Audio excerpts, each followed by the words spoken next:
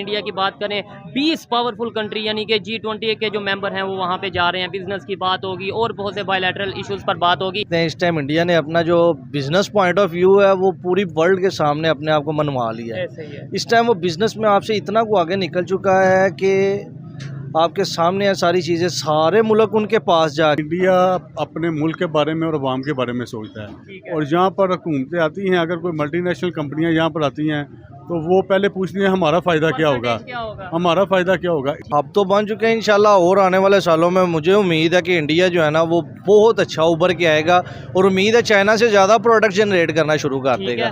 जो सूरत हाल है ना, आप कैसे किस नजरिए से कह सकते हैं, किस बेस पे कह सकते हैं उनकी? देखें, सबसे ज़्यादा तो मुझे लगता है कि हमें इंडिया के साथ भी अपने हालात बेहतर करने की ज़रूरत है। जैसे वो मोदी का एक इंटरव्यू में देख रहा था, उसने कहा जी मैं पाकिस्तान वालों ने मुझसे कहा कि हमारे साथ रब्ता करो, हम आपके साथ कुछ बिज़नेस करना चाहते हैं, कुछ आपके साथ टेबल टॉक करना चाहते हैं। तो मोदी का ये जनाब इंटरव्यू है, वो कह रहा है मैंने पूछा कि मैं बात किससे करूं, बिल्कुल मैं वज़ीर आज़म से करूं, मैं चीफ जस्टिस से करूं, मैं चीफ ऑफ आर्मी स्टाफ से करूं, मैं किससे बात करूं। भूखे बंदे के साथ कोई रिलेशन नहीं होता। पाकिस्तान इस टाइम भूखा नंगा मुल्क है। हर बंदा कहता है ये हमारे पास आया होगा इसी सिचुएशन के लिए आया होगा, एक अरब डॉलर दे दो, 1 अरब डॉलर दे दो, 1 अरब डॉलर। यार जिस तरह इंडिया सबके साथ बेहतर तल्लुकात ने उसने कोई अमेरिका का नहीं को सोचा, उसने तेल जहां से उसको फायदा मिलता है अपने मुल्क के लिए वो काम करता है। ऐसे ही है। हालांकि रशिया पे जब सैंक्शंस लगी थी तो इंडिया के ऊपर भी प्रेशर होगा कि भाई रशिया से ऑयल ना लो, लेकिन उन्होंने लिया और धड़ाधड़। इस टाइम पाकिस्तान की इंटरनेशनल लेवल पे बात कर रहे हैं, पाकिस्तान की जो इस टाइम पोजीशन है और साथ नेबर कंट्री इंडिया की जो पोजीशन है, हम लोग आइसोलेट होते जा रहे हैं। जबकि इंडिया वालों में भी कल और परसों 20 बड़े बड़े कंट्रीज़ हैं जो पावरफुल कंट्रीज़ हैं, G20 के मेंबर हैं, वहाँ पे उनके प्रेसिडेंट, उनके head of state, prime minister आ रहे हैं। क्या कहना चाहेंगे आप इसके ऊपर?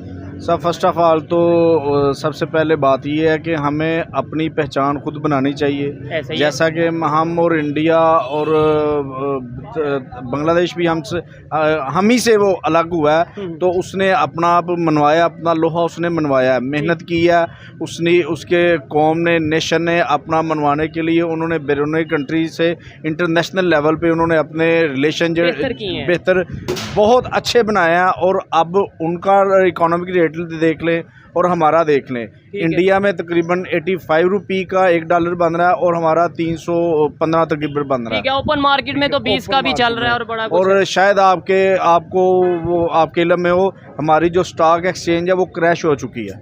ऐसे ही है। ठीक है, हम मुकाबला अपना कर रहे हैं इंडिया के साथ। जो इंडिया कह रहा है हमारा इनके साथ मुकाबला नहीं है, वो चांद पर पहुंच रहे हो, हमारी आपस की लड़ाई नहीं ख़त्म हो रही। हम खुद कह रहे हैं कि जनाब वो पार्टी नहीं ठीक, वो पार्टी नहीं ठीक। हम मिल के अगर मिली भगत और मिल के इंशाल्लाह ताला काम करे, एक मुसलमान होने के नाते पाकिस्तान का मतलब क्या है, ला इलाहा इल्लल्लाह, और हमारे काम देख लें, हम उसके मुताबिक हम उसको फॉलो नहीं करते। ठीक है, इन्होंने जो बात किया कि भाई हम इंडिया से मुकाबला करते हैं, लेकिन इंडिया वाले कहते हैं आपका हमारे साथ मुकाबला बनते नहीं। मैं 100% एग्री करता हूँ। वो लोग कहते हैं कि भाई अपना मुकाबला हमारे से ना कियो। पाकिस्तान इस टाइम किस पोजीशन पे खड़ा है, आइसोलेटेड होता नजर आ रहा है, अलग थलग होता नजर आ रहा है। इंडिया इस टाइम किस पोजीशन पे खड़ा है इकॉनमी वाइज और इंटरनेशनल रिलेशन को देखें तो? देखें, पाकिस्तान इस वक्त अगर देखा जाए तो पूरी दुनिया में तन्हा हो गया है।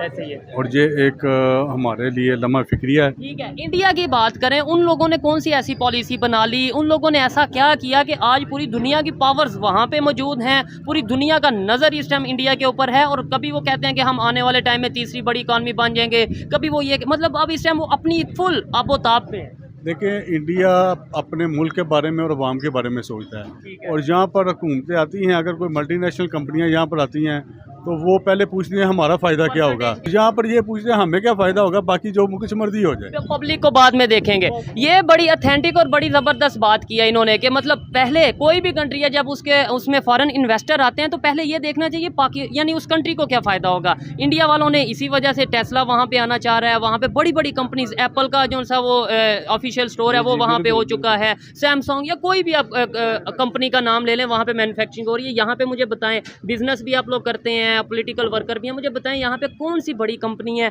जो आप कहें कि यार ये कंपनी यहाँ पे आना है? सर, सबसे पहले तो हमें इस अपनी हालत को दुरुस्त करने के लिए हम हमारी लीडरशिप को, पॉलिटिकल पार्टीज़ को जो वक्फे से ना इस मुल्क पे कर चुकी हैं ना, अपना हुकूमत कर चुकी हैं, इन्फ्लेशन पे कंट्रोल करना चाहिए। ठीक है। सबसे पहले इन्फ्लेशन जो डिफ्लेशन में आने में एक टाइम लगता है, एक जोर लेता है और उसके बाद नामुमकिन हो जाता है। ठीक हो डिफ्लेशन इतना टफ टाइम लेती है। तो ईरान ने अब ऑफ़र किया है कि मुझसे पेट्रोल लो, ठीक है, मैं आपको गैस देता हूँ। लेकिन हम लोग नहीं लेते, हम फिर कभी रशिया पास जाते हैं और कभी दूसरे कंट्रीज के पास जाके ऑयल लेते हैं। ये भी मैं एक ना अफसोस के साथ ये बात कर रहा हूँ कि मोदी का एक इंटरव्यू मैं देख रहा था, उसने कहा जी मैं पाकिस्तान वालों ने मुझसे कहा कि हमारे साथ रब्ता करो, हम आपके साथ कुछ बिज़नेस करना चाहते हैं, कुछ आपके साथ टेबल टॉक करना चाहते हैं। तो मोदी का ये जनाब इंटरव्यू है, वो कह रहा है मैंने पूछा कि मैं बात किससे करूं, बिल्कुल, मैं वज़ीर आज़म से करूं, मैं चीफ जस्टिस से करूं, मैं चीफ ऑफ आर्मी स्टाफ से करूं, मैं किससे बात करूं। ठीक हो गया। आप इसके ऊपर क्या कहना चाहेंगे? इंडिया की तरह ऐसे ही दूसरे कंट्रीज भी ये सोचते होंगे? बिल्कुल लाजमी सोचते होंगे ठीक है, कि हमें सबसे अच्छे ताल्लुक़ रखने चाहिए। डेफिनेटली। तो मेरा ज़ाती पर्सनल ये ख्याल है कि हमारी 70 साल में कोई अच्छी क़यादत नहीं हमें मिली। ये बताएं, पूरी दुनिया की नज़र अब ये 2 दिन इंडिया पे होगी कि भाई पूरी दुनिया की जो पावरफुल इकॉनमीज़ हैं वो इंडिया में मौजूद होंगी, बड़े बड़े लीडर्स वहाँ पे मौजूद होंगे। क्या कहेंगे कि पाकिस्तान और इंडिया 76 साल बाद किस पोजीशन पे खड़े हैं? पाकिस्तान को भी चाहिए अपना मनवाना, कैसे? कि सबके साथ अच्छे ताल्लुकात रखे। ये चीज़ है।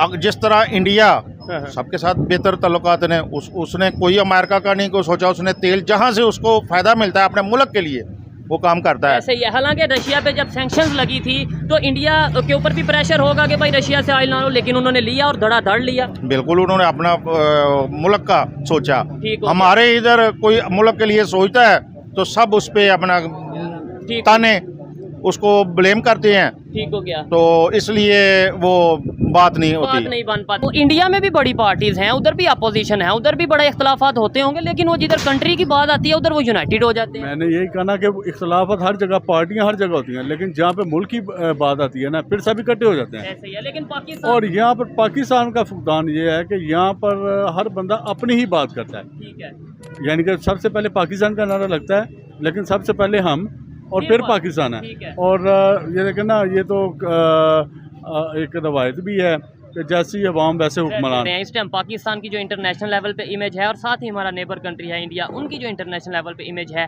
क्या कहना चाहेंगे आप? क्या कहना चाहेंगे भाई, इस बारे में यही कहना चाहेंगे कि आप देख सकते हैं इस टाइम इंडिया ने अपना जो बिज़नेस पॉइंट ऑफ व्यू है वो पूरी वर्ल्ड के सामने अपने आप को मनवा लिया है। ऐसे ही है। इस टाइम वो बिज़नेस में आपसे इतना को आगे निकल चुका है कि आपके सामने है सारी चीज़ें, सारे मुल्क उनके पास जाके, अब कल मैंने सुना है कि वो 22 मुल्क उनके 20 कंट्रीज हैं। G20 की मीटिंग होने जा रही है जिसमें यूएस हो गया, फ्रांस हो गया, कनाडा हो गया, यूके हो गया, मतलब जितने भी G20 के मेंबर हैं सब के हेड या हेड ऑफ स्टेट जो हैं वो वहाँ पे जा रहे हैं। यानी पूरी दुनिया का मरकज़ कल परसों 2 दिन इंडिया बनने वाला है। ये वहाँ पे जाके वहाँ पे फिर बिज़नेस मीटिंग्स ही होंगी। यहाँ पे हमारे पास कोई बिज़नेस नहीं हो रहा, जो इंडस्ट्रीज चल रही थी वो भी बंद हो चुकी हैं। फैसलाबाद में कई इंडस्ट्रीज बंद हो चुकी हैं, आप सबको पता है। उसके बाद यहाँ पे पाकिस्तान में जो चीज़ इस टाइम सबसे ज़्यादा चल रही है वो है जो बाहर के मुल्क में एजेंट भेजते हैं लोगों को, उनके दफ्तर चल रहे हैं और ये पासपोर्ट की जगहों पर रश नज़र आएंगे आपको, और कहीं पे भी नहीं आएगा। कंसल्टेंसी का काम यानी पाकिस्तान में ज़बरदस्त चल रहा है क्योंकि बड़ी तादाद में लोग बाहर जाना चाह रहे हैं। कंसल्टेंसी भी नहीं हम कह सकते, इस टाइम कह सकते हैं फ्रॉड का काम चल रहा है रोज पे। यानी कि लोगों को सबसे अच्छा ऑप्शन यही नज़र आता है कि बाहर चले जाएं, 2-2.5 लाख 3 लाख कमाएंगे, छोड़े पाकिस्तान को क्या कमाना है। जब आपका वज़ीर आज़म खुद ये कह रहा है कि मुझे बाहर जाने से वहाँ के कोई मसला नहीं है, जिसने जाना जाए, बल्कि जाए हमारी मैशत को बेहतर करेंगे, बाहर जाकर डॉलर भेजेंगे। यार ये कोई बात है? यहाँ पे फैसिलिटीज दो नौजवानों को। उसकी वजह ये है ना, हमारे प्राइम मिनिस्टर खुद भी तो बाहर बैठे हैं ना, जो जिनका टाइम पूरा होता है। अभी शहबाज शरीफ साहब की बात करें वो भी बाहर, नवाज शरीफ साहब की बात करें वो भी बाहर, जरदारी साहब की बात करें प्रेसिडेंट रहे हैं वो भी बाहर। इसलिए फिर एक ट्रेंड बन गया। लेकिन ये तो एक मजाक में हम बात कर रहे हैं, सीरियस नोट पे अगर बात करें, ये बड़ी संजीदा सूरत हाल है इस टाइम जो पाकिस्तान में चल रही है। हर दूसरा पाकिस्तानी चाह रहा है मैं बाहर चला जाऊँ। बिल्कुल सही बात है भाई जान, जिनके कारोबार चल रहे हैं वो भी कह रहे हैं हम किसी तरह कोई बंदा हमसे 40-50 लाख रुपया ले, हमें फैमिली वीज़ा दे, हम यहाँ से छोड़ के बाहर चले जाएं। यार यहाँ पे दिन ब दिन नई टेंशन बनी होती है। ठीक है, हम पूरी दुनिया में आइसोलेट होते नज़र आ रहे हैं। पहले तो ये कहा जाता था ये जो उनसे नॉन मुस्लिम कंट्रीज़ हैं, आप इसे एग्री कर रहे हैं या डिसएग्री, लेकिन ये कहा जाता था, तासुर दिया जाता था, ये नॉन मुस्लिम कंट्रीज़ ना पाकिस्तान के अगेंस्ट साजिश करते हैं, इसलिए हमारे उनके साथ रिलेशन नहीं बेहतर।